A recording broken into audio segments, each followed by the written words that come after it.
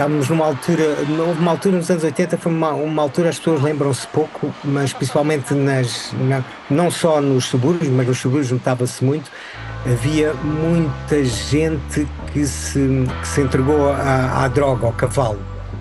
Lisboa tinha muitas crianças de rua a snifar cola de contacto, e então havia assim um ambiente assim um bocadinho pesado. E havíamos nós que andávamos assim um bocadinho a querer mudar o mundo, achando que era possível fazê-lo vivendo a diferença, não é? Vivendo de um modo diferente e trabalhando de um modo diferente, ganhando a vida e vivendo de um modo diferente, não é?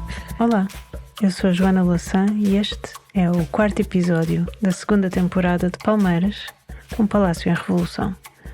Criação sonora e produção sonora de Gui Caligari.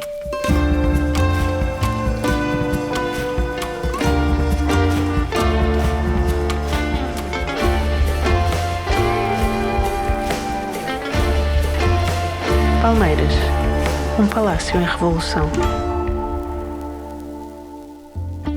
Já tens um desenho, um rascunho do ambiente e do que se passava no Bar das Palmeiras, mas para lá da Rua da Palma, como era Lisboa nos anos 80. Politicamente, a vida mudou de cor, sobretudo quando pensamos no caminho desde o PREC, menos de 10 anos antes, quando as manifestações surgiam quase espontaneamente pelas ruas. No início do episódio ouviste Alexandre Freitas e agora Fernando Faustino e Pedro Eloy Duarte, Eduardo Amanso e Cecília Honório. Na altura, a gente estamos a falar que é dos anos 80, era aquele marasmo que a gente sabe dos anos 80, não é? Porque parece que eram muito bonitos assim à distância, mas se calhar na altura não eram tão bonitos. Era muito cinzento o mundo. Aquela euforia da Revolução, já tinha 10 anos, sabes? Que ele já estava a entrar no...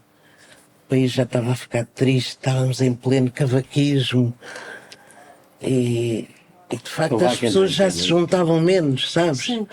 Porque havia menos coisas coletivas para se fazer.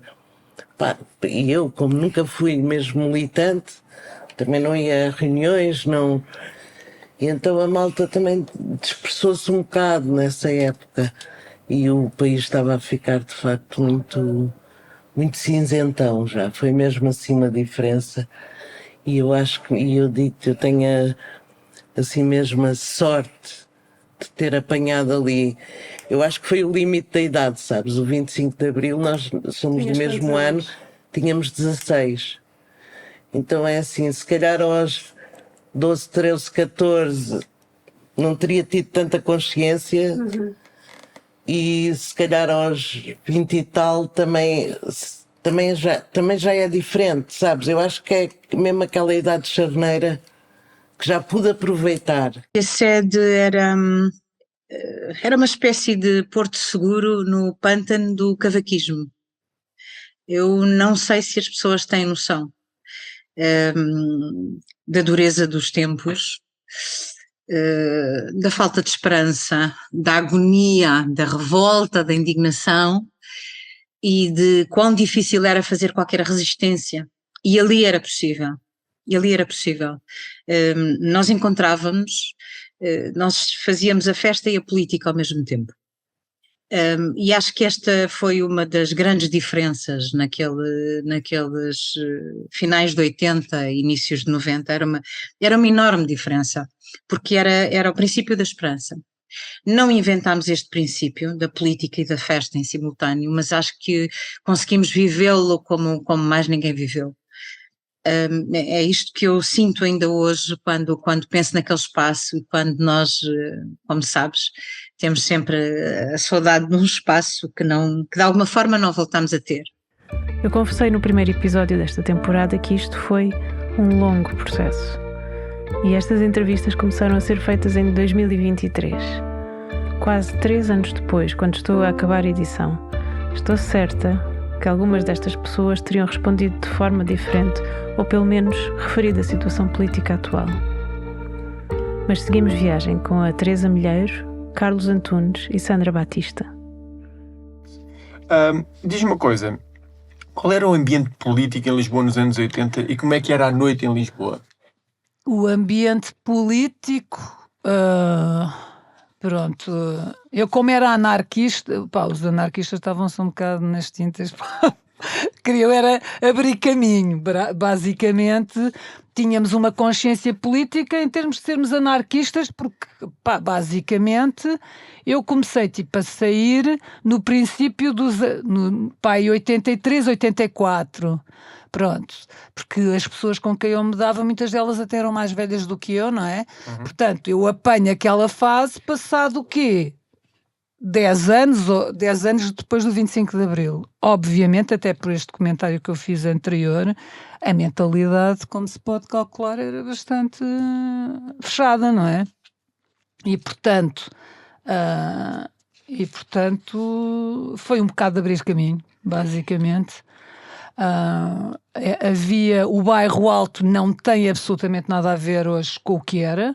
Basicamente, naquela altura, eu acho que não existia uma grande diferença entre os dias da semana e os fins de semana, porque aquele pessoal que saía num dia qualquer.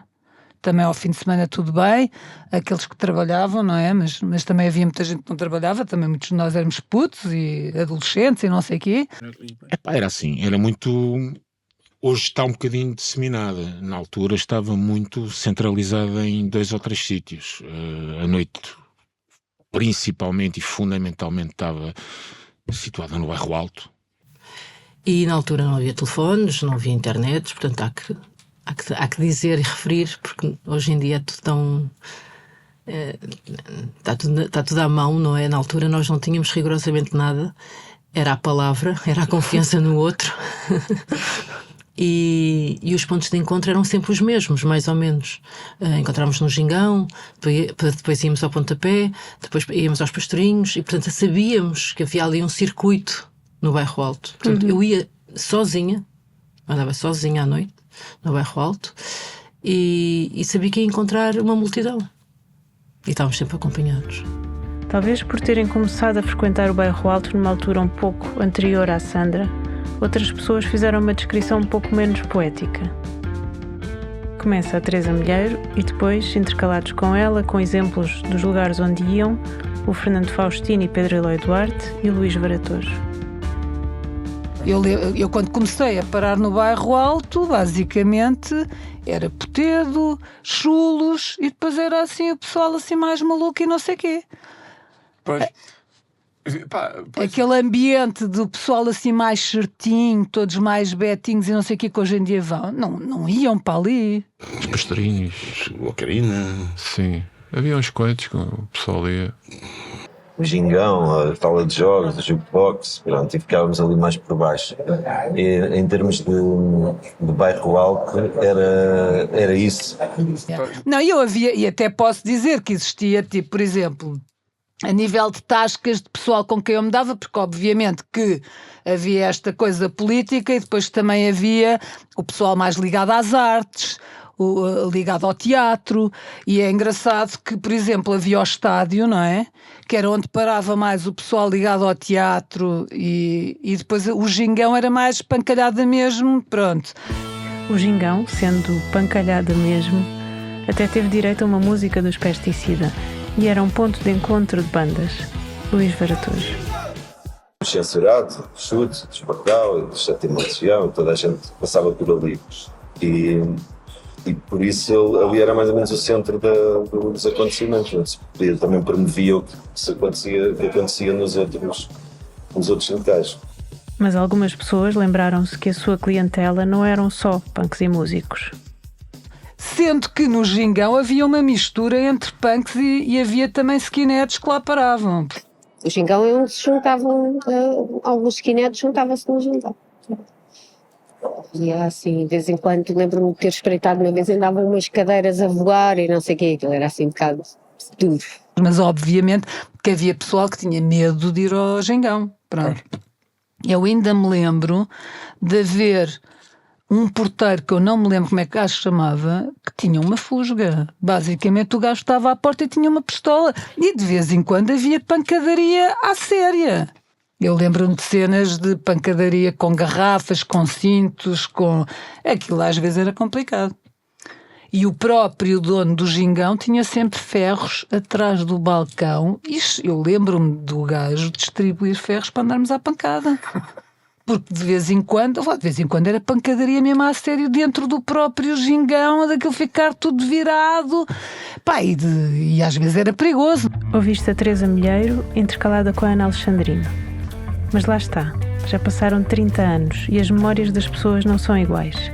Nem sempre nos lembramos do mesmo, ou podemos estar a descrever o mesmo lugar numa fase ligeiramente diferente. Luís Varatojo dá outra perspectiva. Eles frequentavam bastante o sítio mesmo ao lado do Gingão, que era o Solar do Marão. No Gingão eram os punks, no Solar do Marão havia skins, era uma mistura também, não é? Mas eles eram mais ali, eles no Gingão não entravam, não tinham autorização. Senão o Sr. Aníbal mandava ao Paulo, que era o filho mais novo, Paulo vai buscar a moca. E aquilo ali fervia mesmo. O Sr. Aníbal era do Norte e não deixava os créditos por mãos alheias. E ali não se passava nada. Além do Bairro Alto, várias pessoas definiram outros polos noturnos. Carlos Antunes, Fernando Faustino e Pedro Eloy Duarte, José Fabião e novamente Carlos Antunes. Pois havia outro polo, se assim podemos chamar, era aqui o Bar das Palmeiras.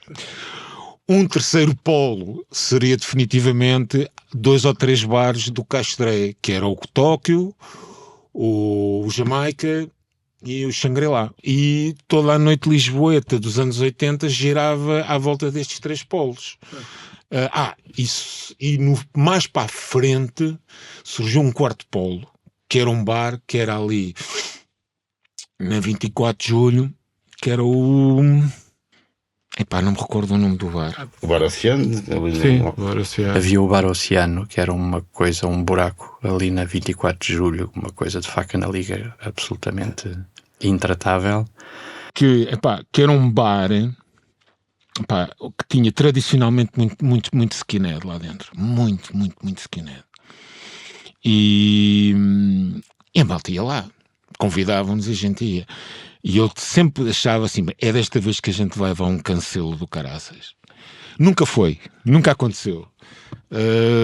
Mas cada vez a gente foi lá 2, 3 vezes.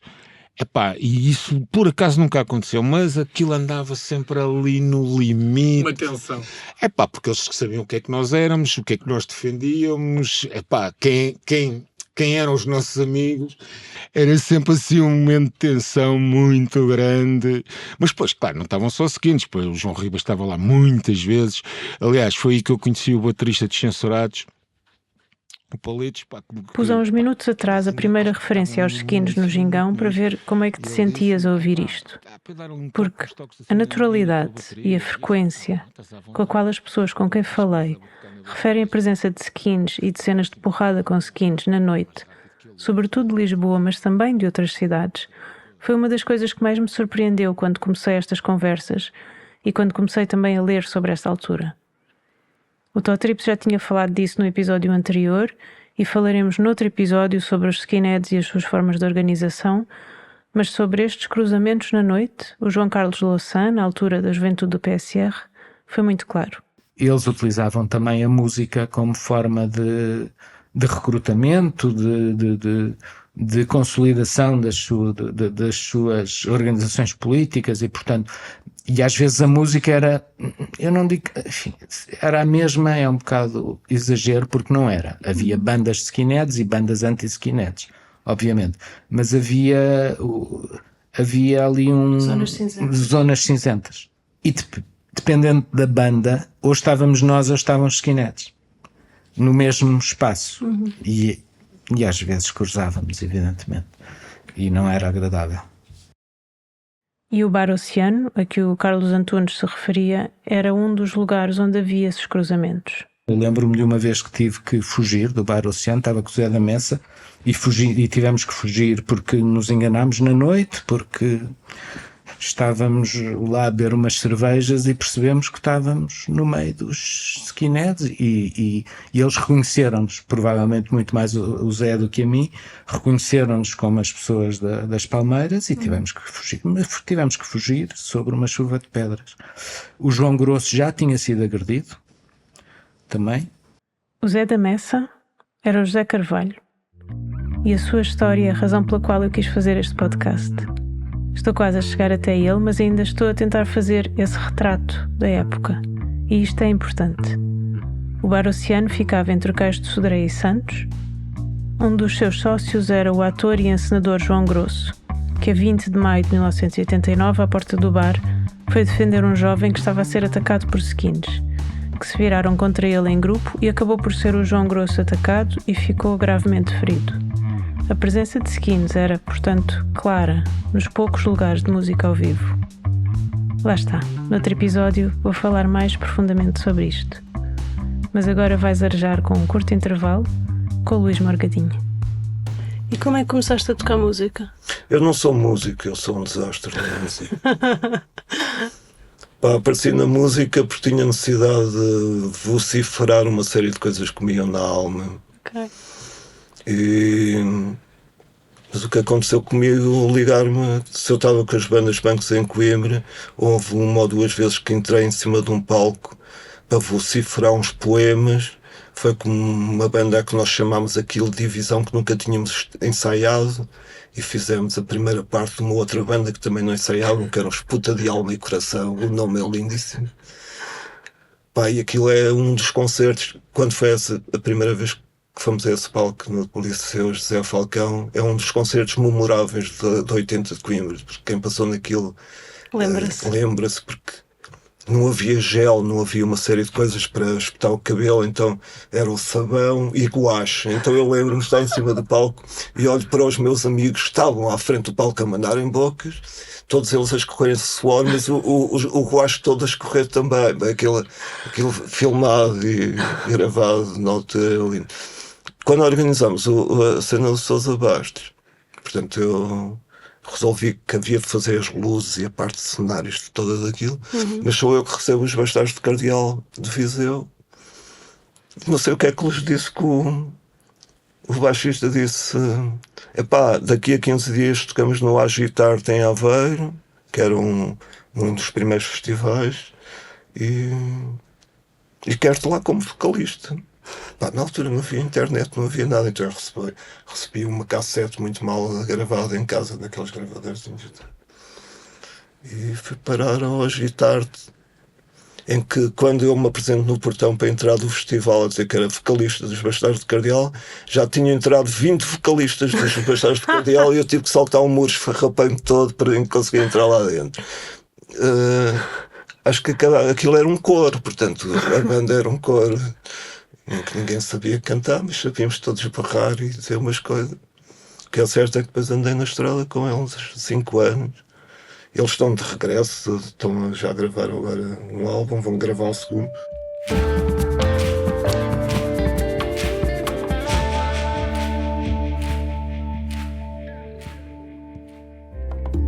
Esta história agora volta a Lisboa e ao José Fabião. Tó Trips, Teresa Milheiro, Luís Varatojo, novamente José Fabião e Luís Varatojo, intercalado com o João Pedro Almendra. Agora a música por todo lado, na altura havia muito poucos sítios. Mas não havia assim muito espaço. Aliás, na altura até havia mais espaços para tocar no Porto do que aqui. Tu contas-me esta descrição assim completamente a fervilhar, que tu me contas. Sim. De tudo a acontecer, inclusivamente, por exemplo, em termos de bandas, acho que havia muito mais bandas portuguesas e ouvia-se muito mais bandas portuguesas na altura do que se ouve hoje em dia.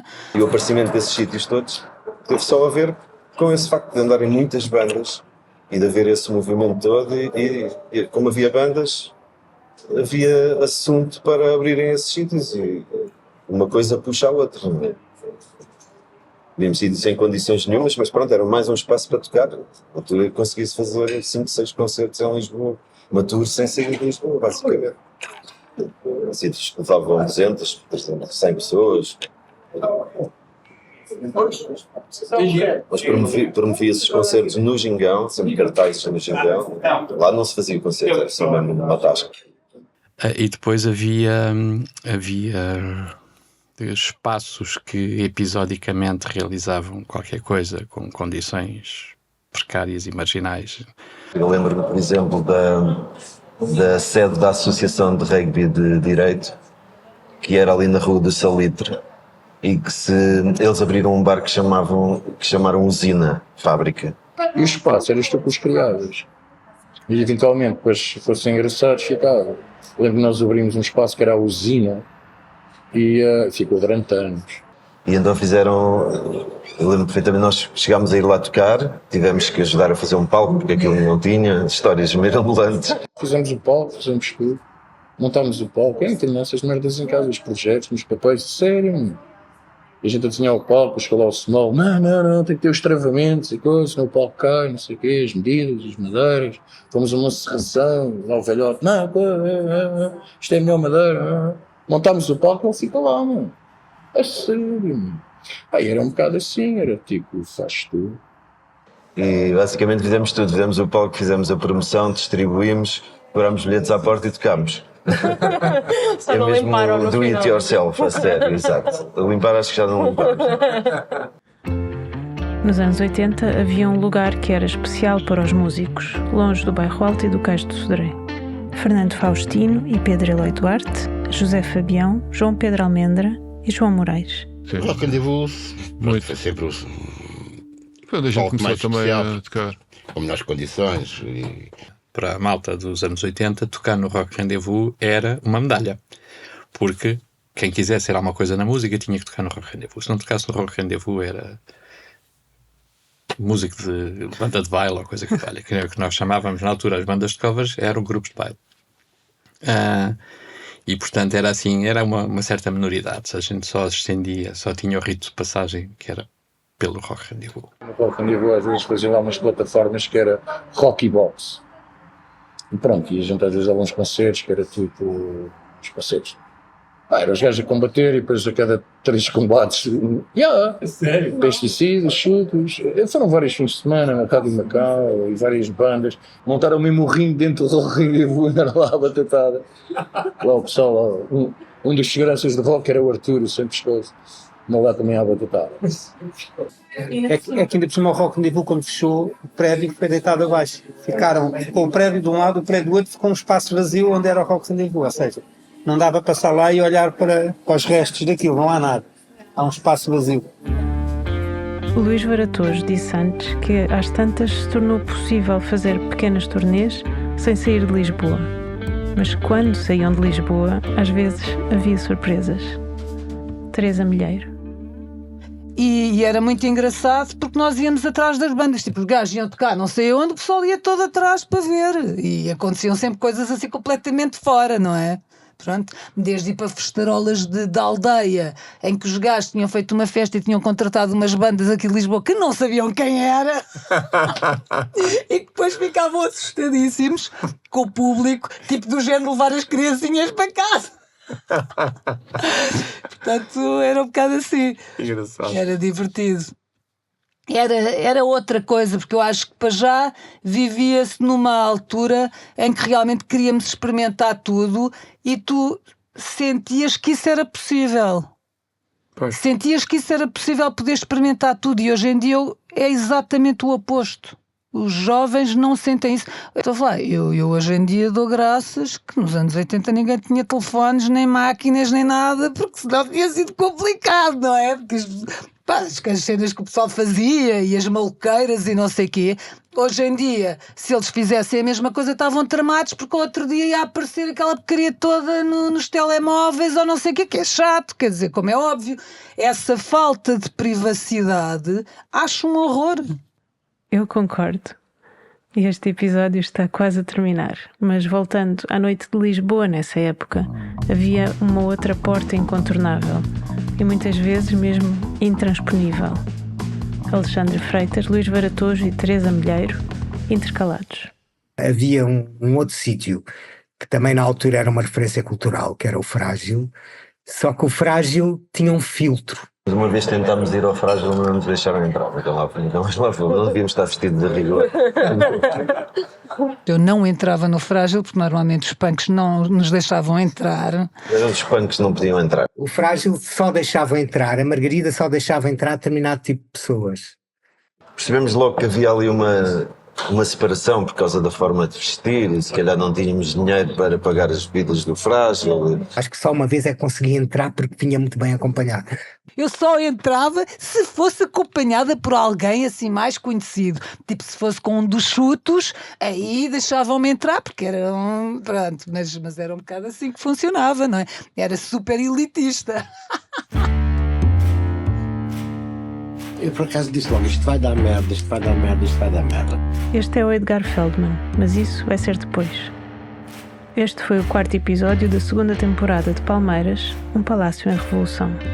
Se gostaste, partilha o episódio com os teus amigos. Deixa uma avaliação ou um comentário onde quer que o tenhas ouvido e ajuda a divulgar. Realização, narração, escrita e edição de Joana Louçã com Miguel Bordal. Criação sonora e produção sonora de Gui Caligari. Neste episódio ouviste um excerto da música Gingão, dos Pesticida. Participaram neste episódio Alexandre Freitas, Ana Alexandrino, Carlos Antunes, Cecília Honório, Edgar Feldman, Eduardo Amanso, Fernando Faustino, João Carlos Louçã, João Moraes, João Pedro Almendra, José Fabião, Luís Varatojo, Pedro Eloy Duarte, Sandra Batista, Teresa Milheiro e Totrips. A todas estas pessoas, muito obrigada. Segue Palmeiras, um palácio em revolução na tua plataforma de podcast. Deixa a tua avaliação e envia os teus comentários.